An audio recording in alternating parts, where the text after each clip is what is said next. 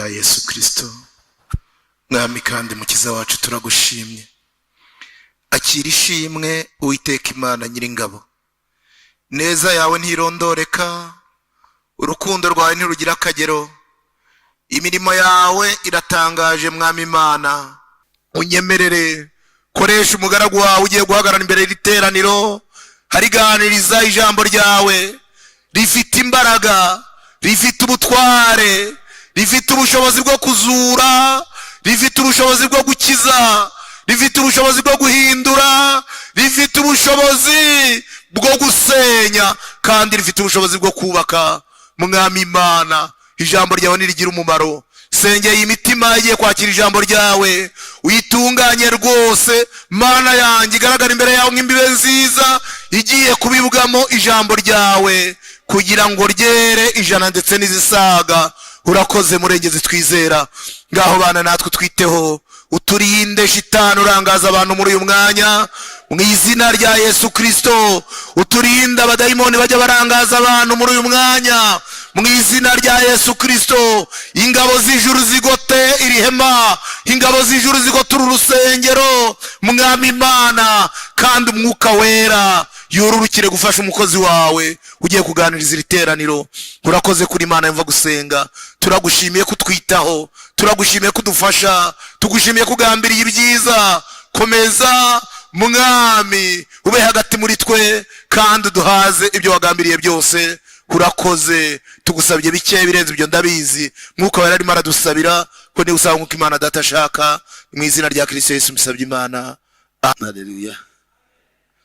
Dushimye Imana data wa twese, tugiriye neza tukaba twibonye uyu munsi muri iri teraniro. Twumva dushaka kuganira namwe amagambo y'Imana.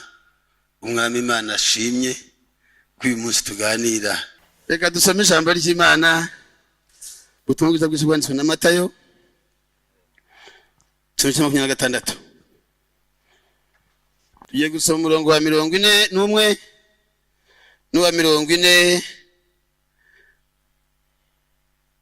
42 ndetse na 3.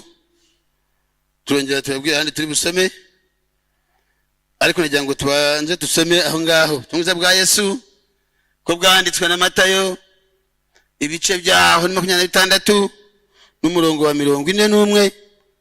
Dusome. Mube maso musenge mutajya mu moshya. Umutima n'ukunze ariko umubiri ufite intege nke. Yongera kugenda ubwa kabiri arasenga ati, Data niba bidashoboka kuri igikombe kindenga, ngo kereka nywereyeho, ibyo ushaka bari byo biba. Yongera kugaruka asanga barasinziriye, kuko amaso yabo yararemereye. Tugarukira aho ngaho, tugende n'ubundi dusubireho inyuma gatoya muri ubwo butumwa bwa Matayo, noneho dusome mu bice byaho 14. Ibice byaho 14 duhere ku murongo wa 13. Tumwabwiza bwe tubanditswe na Matayo, ibice byaho ni 14. Dusome duhereye ku murongo wa 13. Yesu abyumvise arahava, agenda mu bwato ajya aho abantu bataba kwiherera. Abantu benshi babyumvise bava mu midugudu baramukurikira, baciye ubutaka. Yomotse abonye abantu benshi arabababarira, abakiriza abarwayi. Tujye ku murongo wa 22. Uwo mwanya ahata abigishwa be ngo bikire mu bwato babanze hakurya, amare gusezerera abantu. Amaze kubasezerera aragenda azamuka umusozi wenyine ajya gusenga. Nuko bwari bugorobye ariyo wenyine musa. Ariko ubwato bugeze imuhengeri buteraganywa n'umuraba, kuko umuyaga wari waturutse imbere. Nuko mu nkoko azaho bari, agenda n'amaguru hejuru y'amazi y'inyanja. Ariko abigishwa bamubonye agenda n'amaguru hejuru y'inyanja, ahagarika imitima, batakishwa n'ubwoba bati ni umuzimu. Ariko uwo mwanya Yesu umwanya Yesu avugana nabo ati muhumure ni jyewe mwitinya. Petero aramusubiza ati mwami niba ari wowe untegeke nzahuri ngenda n'amaguru hejuru y'amazi. Aramusubiza ati ngwino. Petero ava mu bwato agenda n'amaguru hejuru y'amazi asanga Yesu, ariko abonye umuyaga ko ari mwinshi aratinya atangira kurengerwa, arataka ati databuja nkiza. Uwo mwanya Yesu arambura ukuboko aramufata aratambuka, aramubwira ati niki? Ati yewe ufite kwizera guke we, niki gitumye ushidikanya? Baratambuka bajya mu bwato, umuyaga uratuza. Haleluya. Katugarukira ahangaha tuganire kuri aya magambo y'Imana. Gusenga niyo byagufasha kutajya mu moshya. Turavuga gusenga. Haleluya. Turavuga gusenga. Cyo cyagufasha. Dusoma ijambo ry'Imana mu butumwa bwiza bw'akonze na Matayo 26:41. Ijambo riratubwiye ngo Yesu abwira abigishwa be ngo musenge mutajya mu moshya. Aba yabwiraga na abigishwa be bari bari kumwe nawe, kandi iyo bivugaga yari Kristo.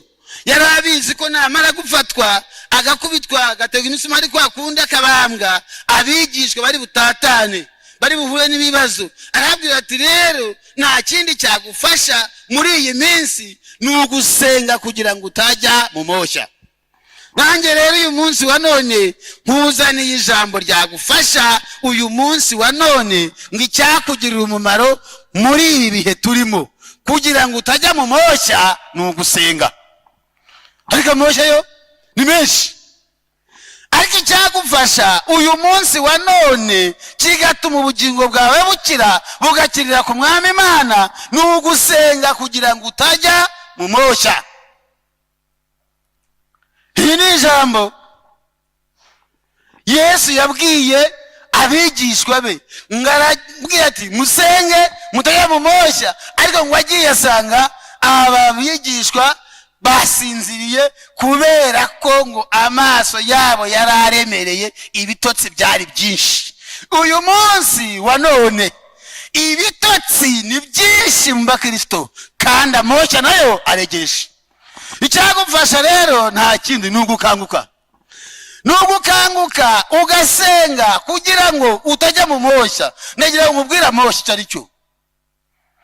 Umukobwa umwe ngo yigeze abyina ku munsi wo kwibuka kuvuka kwa Herode, arabyina anezeza abararitswe bose, ngo nabyo binezeza umwami Herode. Herode ngaravuga ngo uyu mwana ikintu cyose yansaba kuko anejeje nakimuha.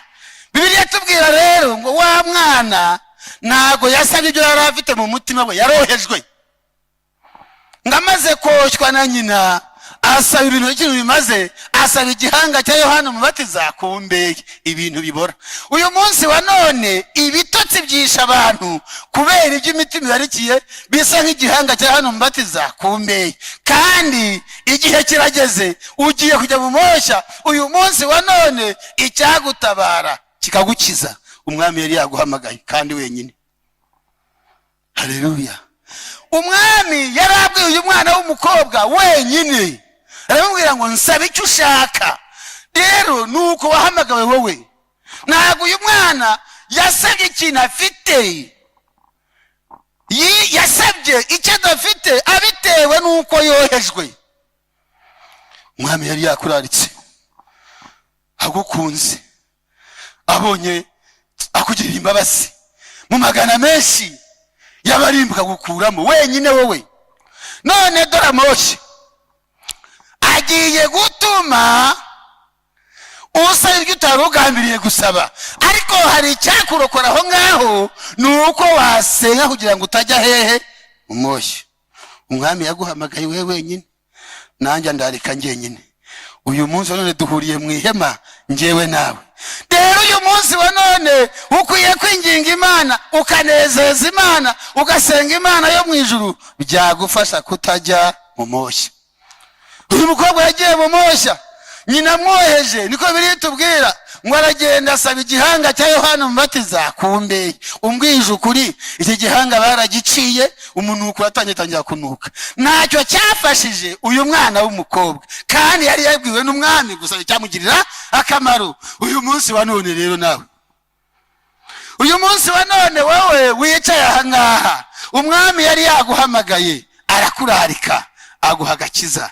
Uyu munsi wa none wicaye mu iteraniro, nawe umwami yakuraritse, wowe utarakizwa. Icyaguhesha amahoro cyatuma umwami akwishimira akazaguha ubugingo nuko wasenga utingirira neza. Rero ukijijwe uyu munsi wa none wirinde cyane. Icyaguhesha amahoro nta kindi ni ugusenga kugira ngo utajya mu moshya. Ariko moshya ni menshi. Uyu mukobwa ni ukuri yaza atohejwe na nyina, wenda yajya gusaba ko umwami amugirira neza akamuhira amashuri bikazamugirira akamaro, yajya gusaba ko umwami amugirira neza akamushakira wenda ibyo kumutunga byamugirira akamaro. Ariko moshya iteka akoresha umuntu ibintu bifite byamumarira. Ubugingo bwawe bukarimburwa na moshya. Kandi umwami yasezeranyije uyu mwana wenyine, si nyina. Yari yaguhamagaye wenyine. Reba amaso usenge utajya mu moshya. Amoshya uyu mwana yagiyemo arangije asaba ibintu bibora. Uyu munsi wa none rero icyaguhesha amahoro ni ugusenga murokore, ni ugusenga, kuko umwami yaguhamagaye wenyine. Duhurira hano dukomeza inzira turimo tujya mu ijuru. Wari waje wenyine rero irinde cyane utajya mu moshya, ugasaba ibitakiza ubugingo bwawe, ukarwanirira ibitajya bikumarira. Uyu munsi kandi umwami yari yakuraritse, wari wamugiriyeho umugisha. Uyu mwana yari yagiye ku mwami Herode, yagombaga no gusaba ibyajyaga kubatunga we na nyina, ariko ngo aroshywa asaba nabi. Amaze koshywa na nyina asaba ibintu cyo bimaze. Yesu ngo aragenda arabwira ati mwe musenga tajya mu moshya, mukanya ibyanjye baraza kumfata, nibamara kumfata kandi murahura n'ibibazo musenge. Ngo abantu abigishwa basigaho, asubirayo gusenga. Agarutse asanga abantu rwose barasinziriye. Dore ibitotsi ni byinshi mu bantu, amaso y'abantu yandi y'umutima, aya mubiri yarakanuye.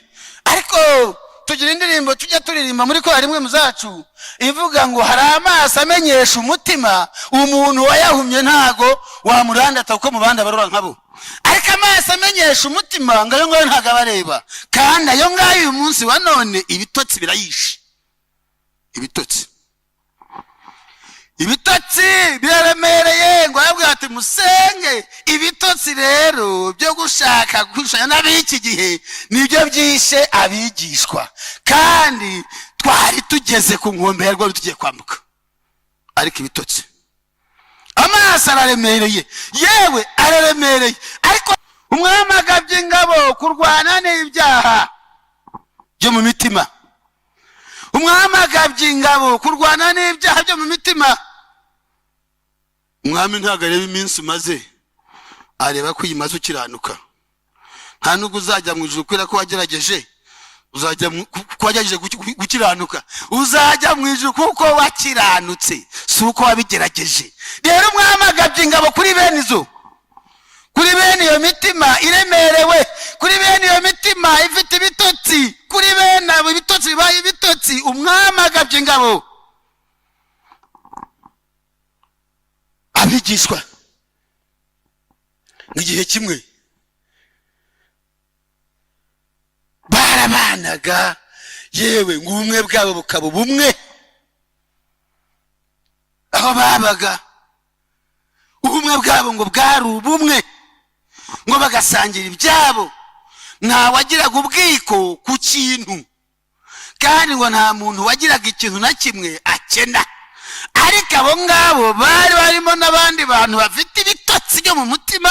Umuntu bita Ananiya n'umugore bitaga Safira bari bafite ibitotsi byo mu mutima, ngo kubana kw'intumwa bakabireba bakabona ni byiza, bakarya iby'amasambu yabo bagurishije. Ananiya akabarimo. Ijoro ryabaye rimwe cyangwa umunsi umwe umwami agaba ingabo. umwami agaba ingabo kurwana n'ibyaha, uwitwa Ananiya arafatwa. umwami agabye ingabo kurwana n'ibyaha. Ananiya wabanaga n'intumwa, Ananiya wakoze imirimo myinshi abana nazo, ngo ariko igihe kigeze umwami atwikurura. Ananiya aramutwikurura.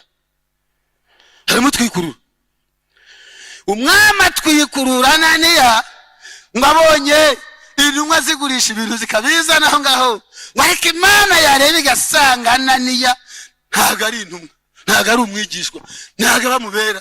kandi rwose Ananiya akaba yaravuye iwe n'amasambu akayasiga, Ananiya akagenda akabana n'intumwa. igihe kimwe umwami agaba ingabo, n'ubu arazigabye kurwana n'ibyaha, arazigabye. umwami agaba ingabo, Ananiya aratwikururwa. rero ibi ni ibiki? aravuga ati nanjye ariko icyaduha umuguzi rwose, tukagurisha natwe isambu yacu, nawe tugasangira n'intumwa. ariko umwami yari yazigabye, agomba gutandukanya ibidatunganye n'ibitunganye. umwami agabye ingabo kurwana n'ibyaha. intwari ye uyu munsi wa none, ube maso usenge, utajya mu moshya, kuko nudasenga dore agabye ingabo kubitwikurura. Ananiya yarabitwikuruye. ibyo Ananiya birarangira. mu bigishwa, mu ntumwa aho zari ziri zihuje umutima, ngo umwami akazongera abakizwa. Ananiya akaba yarabirebaga, arangije afata isambu arayigurisha. akimara kuyigurisha Ananiya ibiguzi byayo ngo arabifata, arongera aratekereza, aravuga hamagara umugore ati ngwino tujye inama dutekereze ibintu tugiye gukora. ese ibintu by'aba bantu none byazashira. umva, iyo umuntu afite ibitotsi biremereye iteka areba ibya bigufi. iyo umuntu afite ibitotsi by'amaso amenyesha umutima areba ibiboneka. ariko iyo umuntu afite amaso, haleluya, iyo umwuka yita ku bitaboneka. rero uyu munsi wa none murokore, icyagufasha kugira inyota yo kwita ku bitaboneka ni ugusenga, kugira ngo utajya mu moshya.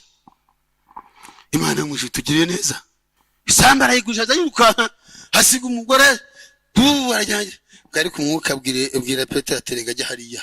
uyu munsi wa none harinjira uwera. uyu munsi wa none igihe kimaze umwami agabye ingabo kurwana n'ibyaha. uyu munsi wa none igihe kirageze ngo abitwikurure. ibya Ananiya rero yabishyize ahagaragara. uragira ngo ibyo bigiye kujya ahagaragara? ariko icyaguhesha amahoro, haleluya, ni ugusenga kugira ngo utajya hehe. kanguka rero, biragusaba gukanguka uyu munsi wa none. yaratwikuruwe bigera ku munota akisobanura rwose, avuga ati ariko rwose hamwe bati Ananiya ibi biguzi nibyo bagurishije isambu. aravuga ati ibi rwose ntabwo birayerekana ibisobanuro byinshi yatanze, ariko urushyize mu gaciro wasanga avuga ati abaguzi b'iyi minsi basigaye bahenda, ntibakigose, nta mafaranga ntayariho n'ibindi. ariko ngo hari ikiguzi yari yisigarije, nicyo cyamuhitanye. uragira ngo ikigusinzirije sicyo kiguhitanye? kanguka usenge, utajya mu moshya. Imana yo mwije tugire neza, kandi Imana yo mwije dufashe. twongeye rero dusoma izindi nkuru n'ubundi mu butumwa bw'Imana na Matayo, ariko ngo agiye kumva yumva hari ibindi bibaye.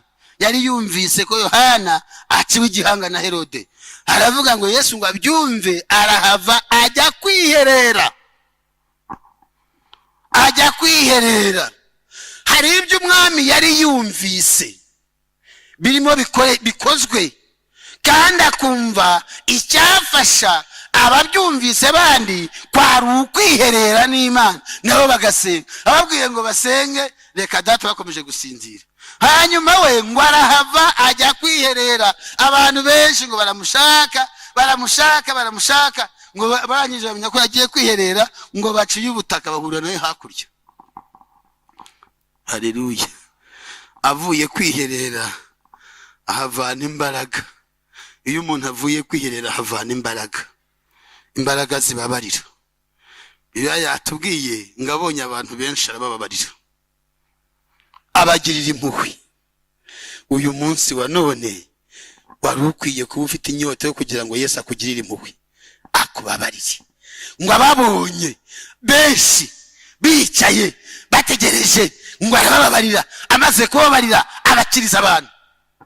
Iyo umuntu kwiherera harimo izindi mbaraga, kwiherera harimo izindi mbaraga. Icyagufasha uyu munsi wa none ni ukwiherera. Abigishwa batari bagiye kwiherera, ibyiringiro byose bibashirana, ngo babonye amanywa akambye, barabwira ati ariko rwose ntabwo ubona ko ahantu turi, n'amagambo tutari hepfo niko yavugaga, ntabwo ubona ko ahantu turi naho twahaha kugira ngo dufashe aba bantu, noneho nabo babone barya. Icyaba cyiza rero aho kugira ngo n'ibyo kurya, reka tubasezere bajye kwihahira. Arababwira ati oya, yaravuye gusenga. Haleluya, gukingura ijuru. Yaravuye gusenga, ishobora byose yaravuye gusenga. Arabwira ati reka ni mwebwe uyu munsi mbagaburira. Batangira kurebana, ntibari baragiye gusenga, nta byiringiro. Buriya icyaha cyo kutizera ni kibi cyane, ni kibi cyane. Icyaha gikomera kuruta ibindi ni ukutizera. Arabwira ati se muri mu bagaburira, ngo bamwijya ngo ati kugira ngo dufite iki, ati nyine ni iki, ati dore dufite ungahe n'imitsima, ati ngo nimwicaze abantu, nge mvuye kwiherera. Haleluya. Arabwira ati nimwicaze abantu, ngewe mvuye kwiherera kwishobora byose. Iyo mitsima ndabizi, nayo mafi ndabizi, irabihaza abo bantu. Nimugire impungenge aho mvuye ndizeye. Cyagukiza uyu munsi ni ukwizera. Cyagukiza uyu munsi wa none ni ukwizera. Ngo umwami afata ya mitsima na ya mafi arabishima, ati ngaho rero mugaburira abantu. Ngo barabagaburira rwose, birangije batoragura ubuvungukira n'ibindi byose, byuzuye intonga 12. Abigishwa kuko batagiye kwiherera bumvaga bidashoboka, ariko idashobokera umwana w'umuntu imbere y'Imana ngo ni nk'ubufindo. Ubwo ari nk'ubufindo rero, ubumwe butuma bishoboka ni ugusenga. Ni ugusenga niyo byatuma ugirirwa umugisha kuwiteka Imana. Uyu munsi wa none ni ugusenga. Barakomeza amaze kubabarira, abwira ati mujye mu bwato mwebwe mubanze hakurya. Nanone ngasubira he gusenga. Rero umurokore abeshwaho no gusenga, ariko iyi minsi ya none ibitotsi by'amaso amenyesha umutima byirukanye abantu ku gusenga. Ahubwo abantu ibyo bishakira n'amajyambere, ushaka gusa n'abandi, ushaka kugenda uko abandi bagenda. Ariko disi umwami ageze ku irembo. Cyaguhesha amahoro ni ugusira kugira ngo utajya mu moshya. Imana ikugirire neza. Cyaguhesha amahoro uyu munsi wa none ni ugusenga kugira ngo utajya mu moshya. Ngabigishwa bikira mu bwato, baragenda, umuyaga w'abantu, umuyaga uba mwinshi, ngo nko mu nkoko. Umwami azagenda n'amaguru hejuru y'inyanja.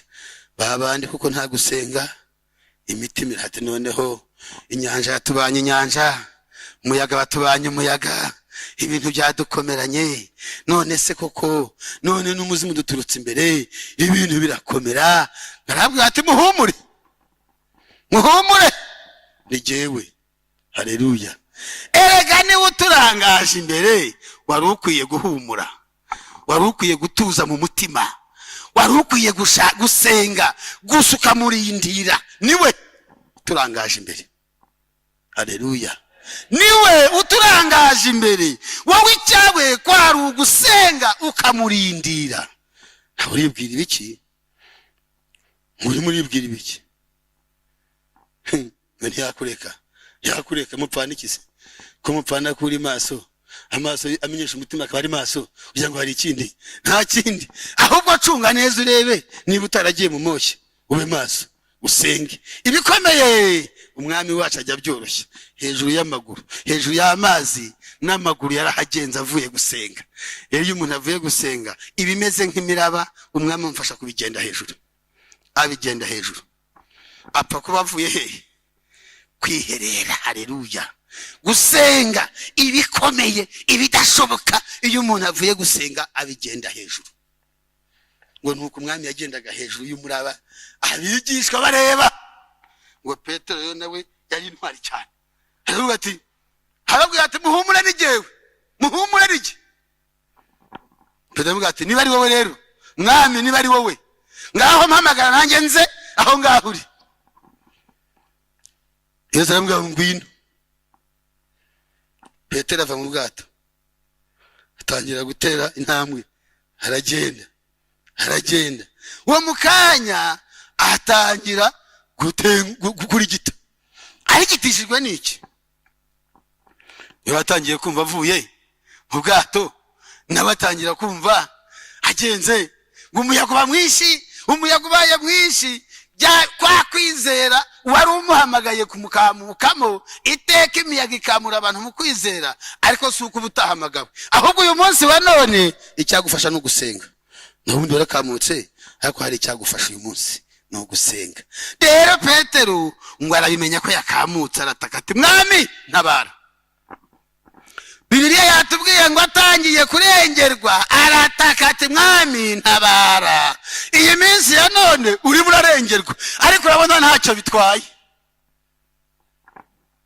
Uyu munsi wa none urimo uracubira, uracubizwa n'iby'umutima urarikiye, uracubizwa n'uko wumva ushaka kumera, uracubizwa n'ibyo ubona, ariko ntabwo ubibona kuko amaso afite ibitotsi byinshi biremereye. Ariko uyu munsi cyaguhesha amahoro ni ukuvuga nka Petero ngo mwami ntabara. Ngo nuko umwami aratambuka afata Petero watabaje. Uyu munsi urimo uratabaza ute?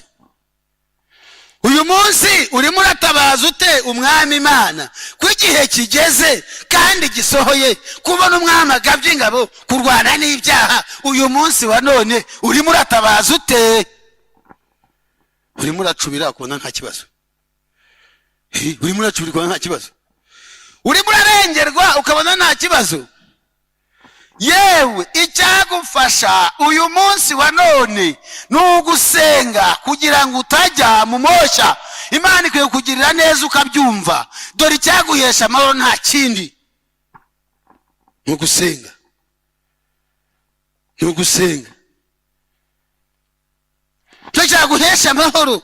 Ariko ngo Petero yarabimenye, arabimenya ko arimo arengerwa, arabimenya ko arimo atarigita, ngo atabaza Kristo. Aramubwira ati ntabara mwami. Ngo iryo jwi umwami aryumva vuba. Haleluya. Buri iryawe yaryumva, ariko ikibazo ntago amaso araremereye. Buri ibyawe yabyumva, ariko ikibazo n'amaso aremereye. Yiba amaso atararemerejwe n'ibitotsi, nawe bakabashije gutabaza kugira ngo ukire. Ariko ikibazo cya none ni uko amaso amenyesha umutima ibitotsi byabaye byinshi. Ariko hari icyagutabara, ni ugusenga. Haleluya. Ni ugusenga, ni ugusenga. Iyo umuntu abyirengagije aba yirengagije Imana. Ndagira ngo dusoreze ku ijambo dusanga mu rwandiko rwa kabiri Pawulo yandikiye Timoteyo. Turasoma ibice byaho bibiri.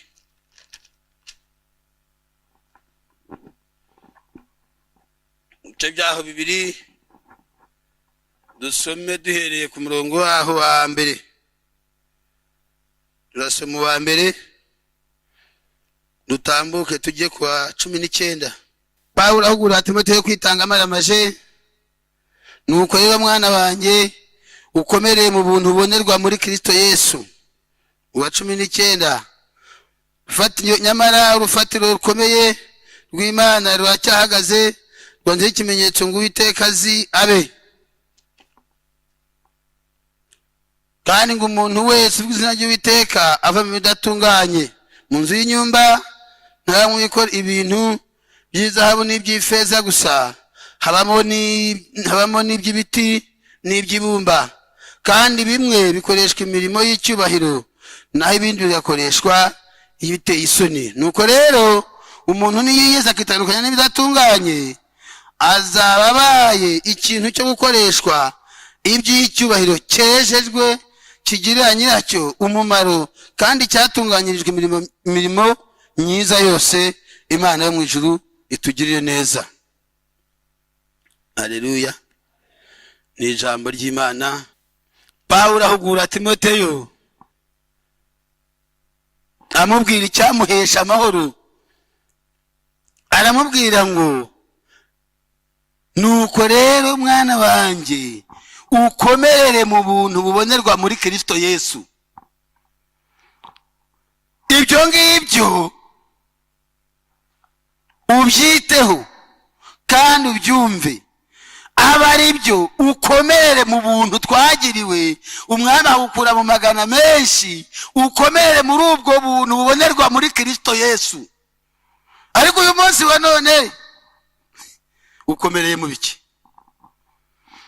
Ntabwo ukomereye mu by'umutima ukogezamo, ntabwo ukomereye mu byo wumva ufite. Uyu munsi wa none ukomereye hehe? Pawulo abwira Timoteyo ngo mwana wanjye icyaguhesha amahoro muri iyi minsi ni ugukomerera mu buntu. Ubuntu ni ugukomerera mu buntu bubonerwa muri Kristo Yesu. Ubwo buntu nubukomereramo imbere y'Imana uzaba uyinejeje, uzaba uri icyaremwe kigira nyiracyo umumaro. Uyu munsi wa none ukomereye hehe? Ukomereye. Pawulo aramuhugura, aramubwira ngo Pawulo abwira Timoteyo ngo ukomerere mu buntu bw'umwami wacu. Ubwo ngubwo ari bwo ukomereramo. Uyu munsi wa none dore ukomereye mu bintu bidafite ikintu bimaze, dore ukomerereye mu by'umutima ugushukamo, dore uko uriyogeza mu byo usinziriremo. Nibyo ngibyo ukomereyemo. Ariko icyaguhesha amahoro uyu munsi wa none ni ugukomerera mu buntu bubonerwa muri Kristo Yesu.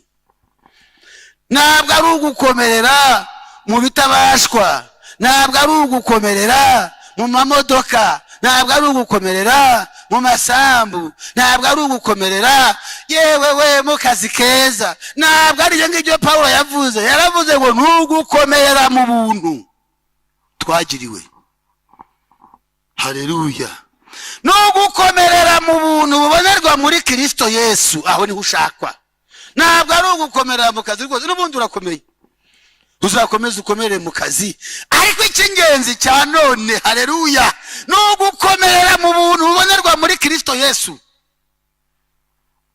Ntabwo ati ibyo ati uko ryawe nkwibutse neza yuko mu nzu y'inyumba hamwe ibikoresho byinshi, hari iby'ifeza, hari iby'izahabu, hari iby'ibiti, hari iby'ibumba, ari byose birakoreshwa. Ariko umenye neza ko umuntu ubwe niyiyeza ashobora kwikura ku gikoresho cyakoreshwa by'ibiteye isoni akagira igikoresho by'icyubahiro. Umuntu niwe wo kwiyeza ubwe, niwe wo gukomerera mu buntu bubonerwa muri Kristo Yesu ubwe, agafata umwanzuro wo kwezwa no gutunganira Imana yo mu ijuru. Amena. Umuntu ubwe niyiyeza azabasha kwikura ku gikoresho cyari igiti agahita yigira icy'icyubahiro, agahita yigira izahabu nziza. Umuntu ubwe niyiyeza, niyihana, ntiyatura ibyaha, natunganira Imana. Umuntu ubwe niyiyeza azabasha kwikura ku gikoresho cyakoreshwaga iby'isoni nke akabigikoresha by'icyubahiro. Ni umuntu ubwe, ni umuntu ubwe. Imana itugirire neza. Ukomereye mu biki uyu munsi? Nukomerera mu buntu, haleluya, uzabasha kugira inyota n'inzara byo kwiyeza kugira ngo wikure ku gikoresho cyari ibumba ujye imbere uhiruke igikoresho cyari izahabu. Ni umuntu ubwe. Imana itugirire neza kandi Imana yo mu ijuru idufashe. Ese uri ikihe gikoresho uyu munsi wa none? Uri ikihe? Nuko urufatiro ruhagaze rwose Uwiteka abe abantu benshi mubwiye ngo Uwiteka yungutse kutihana neza ngo urahandure rwose utunganira Imana ngo Uwiteka azabe, ahagarukira aho ngaho. Ariko hepfo yuko Uwiteka azabe haravuga ngo umuntu uzwi n'ibyo Uwiteka ave mu bidatunganye. None mu bidatunganye ngo Uwiteka azabe bande se? Wowe urimo?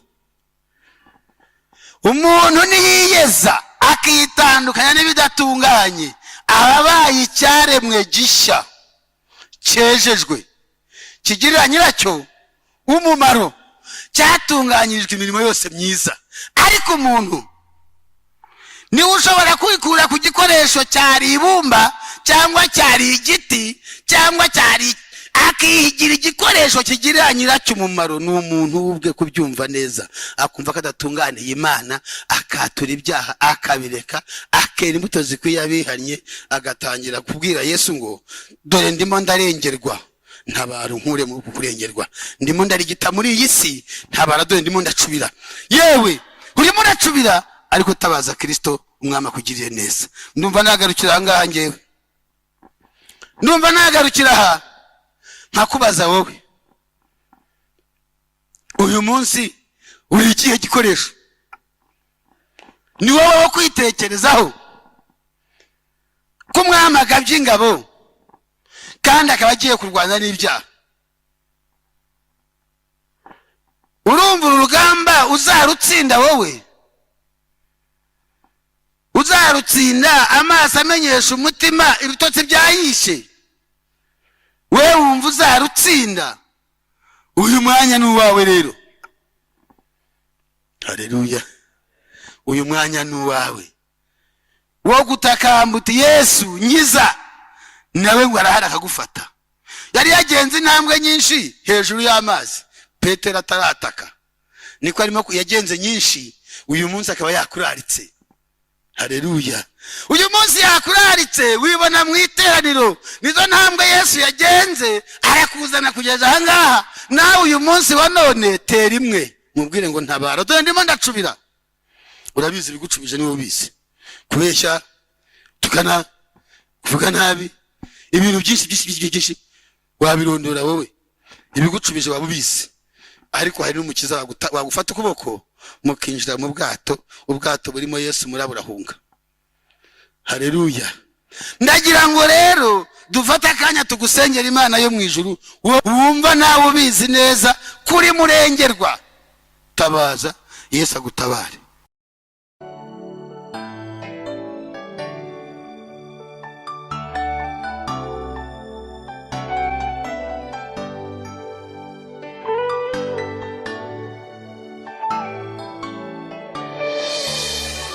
Yewe nari mfite intama 100, none imwe irazimiye ndayibuze. Ihorere iyo ikurushya, umenya 9 zirahagije. Yewe nari mfite intama 100, irazimiye ndayibuze. Ihorere iyo ikurushya, umenya 9 zirahagije. Yesu aravuga ati naje gushaka icyari cyazimiye, kandi nashaka ko hari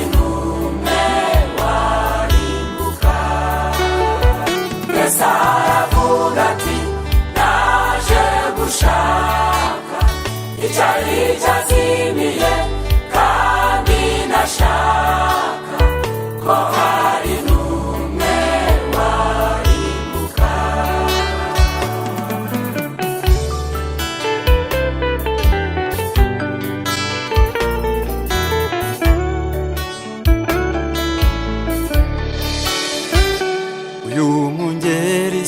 Kwava amaraso menshi, ibi biganza bye byishwe se n'iki kandi? Iyi nkorambo nayo ni iki se? Birimo amaraso mbese ni